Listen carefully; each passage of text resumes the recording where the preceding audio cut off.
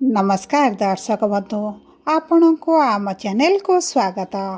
पवित्र धनु संक्रांतिर हार्दिक अभिनंदन एवं शुभकामना जणाई आजिर कार्यक्रमटी को आग को बढ़ाइबा एवं आपणकर जदि मेष राशि होइथाए तेबे एही भिडियोटी को निश्चित भाव में शेष पर्यंत देखंतु कहीं आमर आजिर यही कार्यक्रमटी समस्त मेष राशि व्यक्ति विशेषों बहुत अधिक गुरुत्वपूर्ण रही कारण सूर्य आपणकर भाग्यर गृह को गोचर करिवे एवं आपणकर अष्टम गृह रे रही आपणकर जो समस्या को वृद्धि करुथिले कारण कुंडलीर षष्ठ अष्टम द्वादश गृह को जेहेतु शुभ बोली मना जाएनी एवं अष्टम गृह को विशेष भाव में मृत्युतुल्य कष्टर मृत्युर गृह एवं अशुभ गृह बोली जेहेतु कहा जाए सही गृह रे सूर्य विराजमान करी आपणकर समस्या को बढ़ाई पीड़ा बढ़ाई दुश्चिंता जो बढ़ाई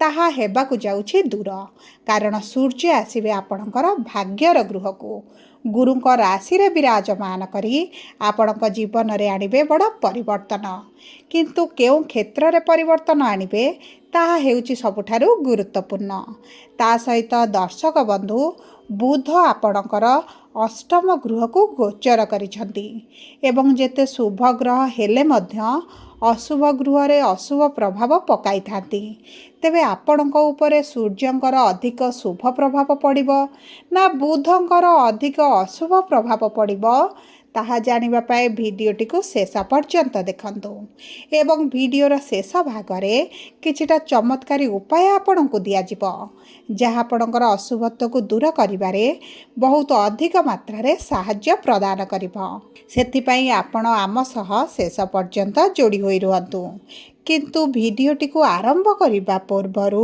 जदि आपणकर भी मेष राशि होइथाए एवं आपण भी ईश्वर को आंतरिक भक्ति एवं विश्वास करती तेबे भिडियोटी को लाइक करंतु कमेंट बॉक्स रे जय जगन्नाथ जय माँ लक्ष्मी अवश्य लिखि दियंतु ता सहित आम सह जोगाजोग करबा पई वीडियोर मध्य भाग रे एक व्हाट्सएप नंबर टी दिया जाइछि जो नंबर साहाय्य रे आपण आम सह जोगाजोग करी निजर नूतन कुंडली प्रस्तुत करि परिबे कुंडली विश्लेषण कराई परिबे किंबा आपणकर चाकरी विवाह व्यवसाय प्रेम संपर्क शिक्षा स्वास्थ्य को नहीं किछि समस्या रही ताहार सहजरे एवं स्वल्प मूल्य रे समाधान करि परिबे सेतिपई आपण आम सह शेष पर्यंत जोड़ी होई रुहंतु एवं व्हाट्सएप नंबर माध्यम रे आम सह जोगाजोग करंतु एबे आसंतु कार्यक्रमटी को आग को बढ़ाइबा एवं सर्वप्रथम रे जानिबा आपणकर कर्म क्षेत्र चाकरी व्यवसाय व्यापार वाणिज्य किभଳି रहिबा पई जाउछि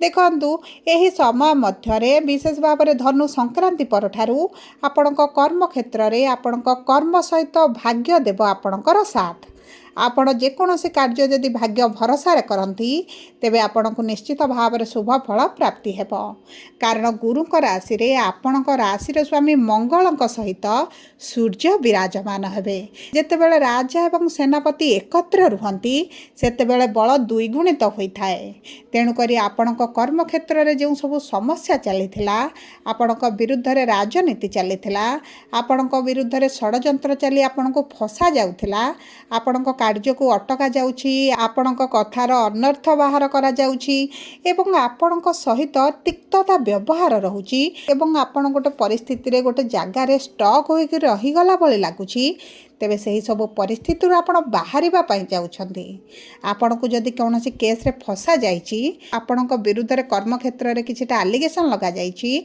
तेबे मध्ये आपण सेथरु बाहर को आसीबे विशेष भाव में जो व्यक्ति माने सरकार संबंधित कार्य करुथिले एवं आपणक अर्थ फसिकी रहिछि आपण को मिल पारु नथिला तेबे आपणक अर्थ प्राप्त हेबा सहित आपण को किछि बड़ कार्य मिल पारे बड़ प्रोजेक्ट मिल पारे एवं आपणकर किछि बड़ डील मध्ये हाथ को आसी पारे आपणकर टार्गेट जदि आपण पूरण करि पारु नथिले ताहा मध्ये आपणकर होई जिवार बहुत अधिक संभावना रहिछि ता सहित दर्शक बंधु आपण नूतन चाकरी रो जदि संधान रे अछंती किबा नूतन व्यवसाय आरंभ करिबा पई चाहुचंती पुराना चाकरी को छाड़ी आपण नूतन चाकरी जॉइन करिबा पई चाहुचंती तेबे मध्य एही ସବୁ କ୍ଷେତ୍ରରେ ଆପଣଙ୍କୁ ଶୁଭ ଫଳ ପ୍ରାପ୍ତି ହେବ।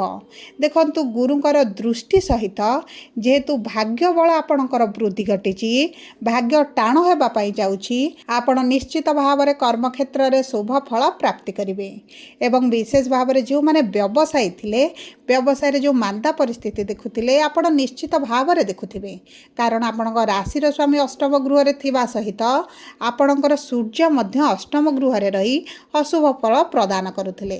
ତେଣୁକରି ଆପଣଙ୍କ ବ୍ୟବସାୟରେ ଯେଉଁ ହାନି ଘଟୁଛି, ବ୍ୟବସାୟ ଲସ୍ ହେଲା ଭଳି ଲାଗୁଛି, ବ୍ୟବସାୟ ଗୋଟେ ଜାଗାରେ ଫସି ଯାଇଛି କିମ୍ବା ଆପଣ ଠକାମିରେ ରହିଛନ୍ତି, ଆପଣ ଲସ୍ରେ ରହିଛନ୍ତି, ସେଥିରୁ ମଧ୍ୟ ଧୀରେ ଧୀରେ ବାହାରକୁ ଆସିବା ଆରମ୍ଭ କରିବେ। ଦେଖନ୍ତୁ ଏକାଦଶ ଗୃହରେ ରାହୁ ବିରାଜମାନ ହୋଇଛନ୍ତି। ଯଦି କୁଣ୍ଡଳୀରେ ରାହୁ ମଜବୁତ ଥିବେ, ତେବେ ଆପଣଙ୍କୁ 2026ରେ ଚମତ୍କାରୀ ଫଳ ପ୍ରଦାନ କରିବେ। କାରଣ ଏହି ଧନୁ ସଂକ୍ରାନ୍ତି ଠାରୁ ସମ୍ପୂର୍ଣ୍ଣ 2026 ଆପଣଙ୍କ ପାଇଁ ଶୁଭଦାୟକ ରହିବ। ଦେଖନ୍ତୁ ଆପଣଙ୍କର ଶନିଙ୍କର 7.5 ଚାଲିଛି। ତେଣୁକରି ଆପଣଙ୍କ ଜୀବନରେ ଶନିଙ୍କର ପ୍ରଭାବ ତ ନିଶ୍ଚିତ ଭାବରେ ଆପଣ ଦେଖିବେ। ବିଳମ୍ବ ଦେଖୁଥିବେ, ଦୁଶ୍ଚିନ୍ତା ବଢ଼ୁଥିବ, ଚିନ୍ତାଗ୍ରସ୍ତ ରହୁଥିବେ। କିନ୍ତୁ ଶନି ଯଦି ଆପଣଙ୍କର ବଳବାନ ଅଛନ୍ତି, ତେବେ ଆପଣଙ୍କୁ ତ କର୍ମକ୍ଷେତ୍ର ହେଉ ସବୁଥିରେ ଆପଣଙ୍କୁ ଶୁଭ ଫଳ ପ୍ରଦାନ କରିବେ। ବିଶେଷ ଭାବରେ ଯେଉଁମାନେ ବିଦେଶ ରହିଛନ୍ତି, ବିଦେଶରେ ଚାକିରି କରୁଛନ୍ତି, କାର୍ଯ୍ୟରତ ଅଛନ୍ତି, ବ୍ୟବସାୟ କରୁଛନ୍ତି, ସେମାନଙ୍କୁ ତ ବହୁତ ଅଧିକ ଶୁଭ ଫଳ ପ୍ରଦାନ କରିବେ। ତା ସହିତ ଯେଉଁମାନେ ବିଦେଶ ଯିବା ପାଇଁ ଚାହୁଁଥିଲେ କିନ୍ତୁ ଯାଇପାରୁନଥିଲେ, ତେବେ ଆପଣଙ୍କ ରାସ୍ତା ପ୍ରଶସ୍ତ ହୋଇଯିବ। ଏବେ ଆସନ୍ତୁ ଜାଣିବା କିପରି ରହିବ ଆପଣଙ୍କର ଆର୍ଥିକ କ୍ଷେତ୍ର। ଦେଖନ୍ତୁ ଅର୍ଥର ଗୃହର ସ୍ୱାମୀ ହେଉଛନ୍ତି ଶୁକ୍ର। ବର୍ତ୍ତମାନ ଆପଣଙ୍କର ଶୁକ୍ର ଅଷ୍ଟମ ଗୃହରେ ଅଛନ୍ତି। ସେଥିପାଇଁ ଆପଣଙ୍କର ଅର୍ଥ ହାନି ହେଉଛି, ଆପଣଙ୍କର ଅଯଥା ଖର୍ଚ୍ଚ ବଢ଼ୁଛି, ଆପଣଙ୍କର ଅର୍ଥକୁ ସେଭିଂ କରିପାରୁନାହାନ୍ତି, ମାନସିକ ଦୁଶ୍ଚିନ୍ତା ବଢ଼ିଯାଇଛି ଅର୍ଥକୁ ନେଇ। ତେଣୁକରି ଆପଣଙ୍କର ଅର୍ଥକୁ ନେଇ କୌଣସି ଚିନ୍ତା କରିବାର ଆବଶ୍ୟକତା ନାହିଁ। କାରଣ ଡିସେମ୍ବର ମାସ 20 ତାରିଖ ପରଠାରୁ ଆର୍ଥିକ କ୍ଷେତ୍ର ହେବ ମଜବୁତ। କାରଣ ଶୁକ୍ର ଯିବେ ଆପଣଙ୍କର ନବମ ଭାବକୁ ବା ଆପଣଙ୍କର ଭାଗ୍ୟର ଗୃହକୁ। ଭାଗ୍ୟର ଗୃହରେ ବିରାଜମାନ କରି ସପ୍ତମ ଦୃଷ୍ଟି ଦେବେ ଆପଣଙ୍କର ଧନର ଭାବକୁ। ତେଣୁକରି ଆପଣଙ୍କର ଅର୍ଥ ଇନକମ୍ ବଢ଼ିବା ସହିତ ଆପଣଙ୍କର ଅର୍ଥ ଯଦି କେଉଁଠି ଫସିକି ରହିଛି, ଆପଣଙ୍କର ଅର୍ଥ କେଉଁଠୁ ପାଇବାର ଥିଲା, ତାହା ମଧ୍ୟ ଆପଣଙ୍କୁ ପ୍ରାପ୍ତ ହୋଇଯିବ। ଦେଖନ୍ତୁ ଆର୍ଥିକ କ୍ଷେତ୍ର ମଜବୁତ ହେବ ଆପଣଙ୍କର ଡିସେମ୍ବର ମାସ 20 ତାରିଖ ପରଠାରୁ। ବର୍ତ୍ତମାନ ଆପଣଙ୍କର ଇନକମ୍ ବଢ଼ିବା ଆରମ୍ଭ ହେବ। କିନ୍ତୁ ସେଭିଂ ଆପଣଙ୍କର ଡିସେମ୍ବର ଶେଷ ସୁଦ୍ଧା ଆପଣଙ୍କର ଆରମ୍ଭ ହୋଇଯିବ। ଏବଂ ଦେଖନ୍ତୁ ଶନି ଯେହେତୁ ଆପଣଙ୍କର ଦ୍ୱାଦଶ ଗୃହରେ ଅଛନ୍ତି, ମେଡ଼ିକାଲରେ କିଛିଟା ଅର୍ଥ ମଧ୍ୟ ଆପଣଙ୍କର ଯାଇପାରେ। ଆପଣଙ୍କ ପ୍ରିୟଜନଙ୍କ ପାଇଁ ହେଉ କିମ୍ବା ଆପଣ କୌଣସି ସ୍ଥାନକୁ ଯାତ୍ରା ମଧ୍ୟ କରିପାରନ୍ତି, ଆପଣଙ୍କର ଦୂରଯାତ୍ରାର ଯୋଗ ମଧ୍ୟ ବନାଉଛନ୍ତି। ତେଣୁକରି ସେହି ମାଧ୍ୟମରେ କିଛିଟା ଅର୍ଥ ଆପଣଙ୍କର ଖର୍ଚ୍ଚ ହୋଇପାରେ। ତେଣୁକରି ଚେଷ୍ଟା କରନ୍ତୁ ଆପଣଙ୍କର ଖର୍ଚ୍ଚକୁ ଆପଣ ରୋକ ଲଗାଇ ଆପଣଙ୍କ ଋଣ, କରଜ, ଧାର, ଲୋନ୍ ଯାହା ଅଛି ତାହା ଶୁଝିବା ପାଇଁ। ଏହା ଆପଣଙ୍କ ପାଇଁ ଉତ୍ତମ ନିଷ୍ପତ୍ତି ରହିବ।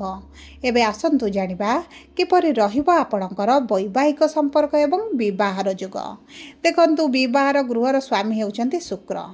କିନ୍ତୁ ଶୁକ୍ର ଆପଣଙ୍କର ଅଷ୍ଟମ ଗୃହରେ ଥିବା କାରଣରୁ ମନପସନ୍ଦର ବିବାହ ପ୍ରସ୍ତାବ ଆସୁନଥିବ କିମ୍ବା ପ୍ରସ୍ତାବ ଆପଣଙ୍କର ଝୁଲିକି ରହିଛି, ଫାଇନାଲ୍ ହୋଇପାରୁନଥିବ କିମ୍ବା ଆପଣଙ୍କର ପ୍ରସ୍ତାବକୁ ଆପଣଙ୍କ ତରଫରୁ ହଁ ହେଲା ପରେ ମଧ୍ୟ ଆପଣଙ୍କ ପ୍ରସ୍ତାବ ଆଗକୁ ବଢ଼ିପାରୁନାହିଁ, ଆପଣଙ୍କର ଶତ୍ରୁମାନେ ଆପଣଙ୍କ ପ୍ରସ୍ତାବ ଭାଙ୍ଗି ଦେଉଛନ୍ତି, ବିଭିନ୍ନ ଗୁଡ଼ିଏ ଅର୍ଚନ ଆସିବା ପରେ ମଧ୍ୟ ଆପଣଙ୍କ ବିବାହ ହୋଇପାରୁନଥିଲା, ତେବେ ଆପଣଙ୍କର ଡିସେମ୍ବର 20 ପରେ ଜାନୁଆରୀ ଆରମ୍ଭରୁ ଆପଣଙ୍କର ବିବାହ ପ୍ରସ୍ତାବ ଠିକ୍ ହୋଇପାରେ କିମ୍ବା ଆପଣଙ୍କର ବିବାହ ମଧ୍ୟ ହୋଇପାରେ। ତା ସହିତ ଯଦି ଆମେ ଆପଣଙ୍କର ପ୍ରେମ ସମ୍ପର୍କକୁ ଦେଖିବା, ତେବେ ପ୍ରେମ ବିବାହ ପାଇଁ ମଧ୍ୟ ଭଲ ଯୋଗ ବନୁଛି। ଯେଉଁମାନେ ଦ୍ୱିତୀୟ ବିବାହ କରିବା ପାଇଁ ଚାହୁଁଛନ୍ତି, ସେମାନଙ୍କ ପାଇଁ ତ ବହୁତ ଅଧିକ ଭଲ ଯୋଗ ରହିଛି। ଯଦି ଆମେ ଦେଖିବା ଆପଣଙ୍କର ବୈବାହିକ ସମ୍ପର୍କକୁ, ତେବେ ବୈବାହିକ ସମ୍ପର୍କ ଆପଣଙ୍କର ମଧୁର ରହିବ। ସମ୍ପର୍କରେ ଯେଉଁ ତିକ୍ତତା, ମନମାଳିନ, ମତଭେଦ ଚାଲିଛି ତାହା ଦୂର ହୋଇଯିବ। ଆପଣଙ୍କ ସାଥୀଙ୍କ ତରଫରୁ ଆପଣଙ୍କୁ ପ୍ରେମ, ଶ୍ରଦ୍ଧା, ସ୍ନେହ, ବୁଝିବାର ଶକ୍ତି, ସେହି ସବୁ କ୍ଷେତ୍ର ଗୁଡ଼ିକ ଆପଣଙ୍କର ବୃଦ୍ଧି ପାଇବ। ଆପଣଙ୍କ ସାଥୀଙ୍କର ଆପଣଙ୍କ ପ୍ରତି ସମ୍ମାନ ବଢ଼ିବ। ଉଭୟ କୌଣସି ସ୍ଥାନକୁ ବୁଲିବାକୁ ଯାଇପାରନ୍ତି, ଉଭୟଙ୍କ ମଧ୍ୟରେ ମଧୁରତା ବଢ଼ିବ। ଯଦି କୌଣସି ତୃତୀୟ ଲୋକଙ୍କର ହସ୍ତକ୍ଷେପ ରହିଛି, ତାହା ମଧ୍ୟ ଦୂର ହୋଇଯିବ। ଆପଣଙ୍କ ସାଥୀ ଆପଣଙ୍କ ପାଖରେ ଢାଲ ହୋଇ ରହିବେ, ଆପଣଙ୍କୁ ସମ୍ପୂର୍ଣ୍ଣ ଭାବରେ ସପୋର୍ଟ କରିବେ। ଆପଣଙ୍କ ସାଥୀଙ୍କ ସ୍ୱାସ୍ଥ୍ୟରେ ଯଦି କିଛି ସମସ୍ୟା ଥିଲା, ସେଥିରେ ମଧ୍ୟ ବଡ଼ ପରିବର୍ତ୍ତନ ଆସିବ। ଏବେ ଆସନ୍ତୁ ଜାଣିବା କିପରି ରହିବ ଆପଣଙ୍କର ଶିକ୍ଷା ଏବଂ ସନ୍ତାନର ଯୋଗ। ଦେଖନ୍ତୁ ସନ୍ତାନର ଗୃହରେ ଏବଂ ଶିକ୍ଷାର ଗୃହରେ ଯେହେତୁ କେତୁ ବିରାଜ ବିରାଜମାନ ହୋଇଛନ୍ତି। ଆପଣ ସନ୍ତାନ ପ୍ରାପ୍ତିରେ ଟିକେ ସମସ୍ୟା ଦେଖୁଛନ୍ତି, କିନ୍ତୁ ଆପଣଙ୍କର ଚିନ୍ତା କରିବାର କୌଣସି ଆବଶ୍ୟକତା ନାହିଁ, କାରଣ ଆପଣଙ୍କର ସନ୍ତାନର ଗୃହକୁ ଗୁରୁଙ୍କର ଦୃଷ୍ଟି ରହିବ। ତେଣୁକରି ଯେଉଁ ବ୍ୟକ୍ତିମାନେ ସନ୍ତାନ ପ୍ରାପ୍ତି ପାଇଁ ଚେଷ୍ଟା କରୁଛନ୍ତି, ଆପଣଙ୍କୁ ସନ୍ତାନ ପ୍ରାପ୍ତି ହୋଇପାରେ, କିନ୍ତୁ ଆପଣଙ୍କର କିଛିଟା ସର୍ଜରୀ ମଧ୍ୟ ହେବାକୁ ପଡ଼ିପାରେ। ତା ସହିତ ଆପଣଙ୍କର ଯଦି ସନ୍ତାନକୁ ନେଇ କିଛି ମନମାଳିନ ମତଭେଦ ଚାଲିଥିଲା, ତାହା ଦୂର ହୋଇଯିବ। ଆପଣଙ୍କ ସନ୍ତାନଙ୍କର ଟିକେ ଜିଦ୍ଦି ପଡ଼ିପାରେ, ଏକଜିଦିଆ ହୋଇପାରନ୍ତି, କିମ୍ବା ଆପଣଙ୍କ କଥା ବିରୁଦ୍ଧରେ ଯାଇପାରନ୍ତି। ସେହିସବୁ ଜିନିଷକୁ ଆପଣଙ୍କୁ ଟିକେ ବାଲାନ୍ସ କରିବାକୁ ପଡ଼ିବ। ତା ସହିତ ଯଦି ଆପଣ ଶିକ୍ଷା କ୍ଷେତ୍ରରେ ଅଛନ୍ତି, ତେବେ ଆପଣଙ୍କର ଅନ୍ୟମନସ୍କ ରହୁଛି, ଶିକ୍ଷାରେ ମନ ଲାଗୁନାହିଁ, ଶିକ୍ଷା କ୍ଷେତ୍ରରେ ଆପଣଙ୍କୁ ଏତେଟା ସଫଳତା ମିଳିପାରୁନାହିଁ। ଆପଣଙ୍କ ପରିଶ୍ରମ ଅନୁପାତରେ ଯେହେତୁ ଆପଣଙ୍କୁ ପ୍ରାପ୍ତ ହେଉନି, କାରଣ କେତୁ ଆପଣଙ୍କୁ ଡିଷ୍ଟର୍ବ କରୁଛନ୍ତି, ଆପଣଙ୍କ ମନରେ ନକାରାତ୍ମକ ଚିନ୍ତାଧାରା ଆଣୁଛନ୍ତି। ତେଣୁକରି ଆପଣଙ୍କ ଧ୍ୟାନକୁ କେନ୍ଦ୍ରିତ କରନ୍ତୁ। ଶିକ୍ଷା କ୍ଷେତ୍ରରେ ଭଲ ସଫଳତା ଆପଣ ପ୍ରାପ୍ତ କରିବେ। ଏବେ ଆସନ୍ତୁ ଜାଣିବା କିପରି ରହିବ ଆପଣଙ୍କର ସ୍ୱାସ୍ଥ୍ୟ। ଦେଖନ୍ତୁ, ସ୍ୱାସ୍ଥ୍ୟ କୁଣ୍ଡଳୀର ପ୍ରଥମ ଗୃହରୁ ଜଣାପଡ଼େ ଏବଂ ଆପଣଙ୍କ ରାଶିର ସ୍ୱାମୀ ଯେହେତୁ ଅଷ୍ଟମ ଗୃହରେ ଥିଲେ, ସ୍ୱାସ୍ଥ୍ୟ ଆପଣଙ୍କର ଖରାପ ରହୁଥିଲା। କିଛି ନା କିଛି ସ୍ୱାସ୍ଥ୍ୟର ସମସ୍ୟା ଆପଣ ଦେଖୁଥିଲେ। ଯେହେତୁ ମଙ୍ଗଳ ଆପଣଙ୍କର ଭାଗ୍ୟର ଗୃହକୁ ଆସିଛନ୍ତି ଏବଂ ସୂର୍ଯ୍ୟ ମଧ୍ୟ ଭାଗ୍ୟର ଗୃହରେ ବିରାଜମାନ ହେବେ, ଆପଣଙ୍କର ରୋଗ ପ୍ରତିରୋଧକ ଶକ୍ତିରେ ବୃଦ୍ଧି ଘଟିବ। ଆପଣ ଊର୍ଜାବାନ ଅନୁଭବ କରିବେ। ଆପଣଙ୍କର ପୂର୍ବରୁ ଯେଉଁ ସ୍ୱାସ୍ଥ୍ୟ ସମସ୍ୟା ଥିଲା, ତାହା ଦୂର ହୋଇଯିବ। କିନ୍ତୁ ବିପି, ଡାଇବେଟିସ୍, କୋଲେଷ୍ଟ୍ରଲକୁ ଟିକେ ଜଗିବାକୁ ପଡ଼ିବ। ଏବଂ କିଛି ମେଷ ରାଶିର ବ୍ୟକ୍ତିମାନଙ୍କର ଚର୍ମ ସମ୍ବନ୍ଧିତ ସମସ୍ୟା ମଧ୍ୟ ଦେଖାଦେଇପାରେ। ଆଲର୍ଜି ହୋଇପାରେ, ଇନଫେକ୍ସନ୍ ମଧ୍ୟ ହୋଇପାରେ। ତେଣୁକରି ଖାଦ୍ୟ ପାନୀୟ ଉପରେ ଆପଣଙ୍କୁ ବହୁତ ଅଧିକ ଧ୍ୟାନ ଦେବାକୁ ପଡ଼ିବ। ସବୁ ପରେ ଅଶୁଭତ୍ୱକୁ ଦୂର କରିବା ପାଇଁ ପ୍ରତିଦିନ ଆପଣ ମଙ୍ଗଳଙ୍କର ବୀଜ ମନ୍ତ୍ର 108 ଥର ପାଠ କରନ୍ତୁ। ଏବଂ ଶନିଙ୍କର 7.5 ଚାଲିଥିବାରୁ ଶନିଙ୍କର ବୀଜ ମନ୍ତ୍ର ମଧ୍ୟ ସନ୍ଧ୍ୟା ସମୟରେ 108 ଥର ପାଠ କରନ୍ତୁ। ହନୁମାନ ଚାଳିଶା ପାଠ କରନ୍ତୁ। ସୂର୍ଯ୍ୟଙ୍କୁ ପ୍ରାତଃ ସମୟରେ ତମ୍ବା ପାତ୍ରରେ ଜଳ ଅର୍ପଣ କରନ୍ତୁ। ମାଙ୍କଡ଼ଙ୍କୁ କିଛି ଖାଦ୍ୟ ଦିଅନ୍ତୁ। ଏହା ଆପଣଙ୍କ ପାଇଁ ଅତି ଶୁଭଦାୟକ ରହିବ। ଯଦି ଆପଣଙ୍କର ମେଷ ରାଶି ହୋଇଥାଏ, ଭିଡ଼ିଓଟି କିଭଳି ଲାଗିଲା କମେଣ୍ଟ ବକ୍ସରେ ଲେଖି ଜଣାନ୍ତୁ। ଯଦି ଆପଣଙ୍କ ପ୍ରିୟଜନଙ୍କର ମେଷ ରାଶି ହୋଇଥାଏ, ଭିଡ଼ିଓଟି ତାଙ୍କ ସହ ସେୟାର କରନ୍ତୁ। ଯଦି ପ୍ରଥମ ଥର ଆମ ଚ୍ୟାନେଲକୁ ଆସିଛନ୍ତି, ଚ୍ୟାନେଲଟିକୁ